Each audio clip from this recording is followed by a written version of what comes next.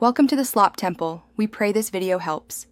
You begin by locking in your wake time and treating it like a non-negotiable appointment. This anchors your circadian rhythm. Once done, cut caffeine after 2 p.m. and stop alcohol at least 3 hours before bed because they fragment sleep. Make sure to start a 30-minute wind down, dim lights, silence large screens, and choose a single calming activity. This first reset causes sleep pressure to build earlier, so you'll naturally feel sleepier at a consistent bedtime.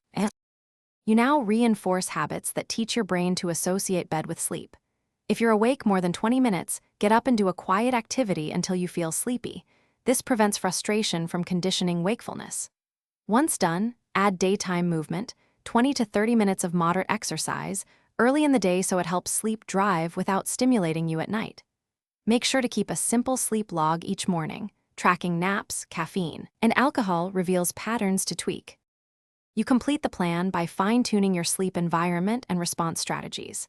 Set your bedroom to about 16 to 19 degrees, use blackout curtains, and add steady white noise to mask disruptions. Once stable, phase in gradual bedtime adjustments by 15 minutes if needed. Make sure to consult a clinician after 4 weeks of consistent effort. If sleep doesn't improve, CBTI or medical review can diagnose underlying issues. If you're stuck at night, try a brief 20-minute nap the next day and stop clock watching. Thanks for watching. Consider subscribing if we helped you.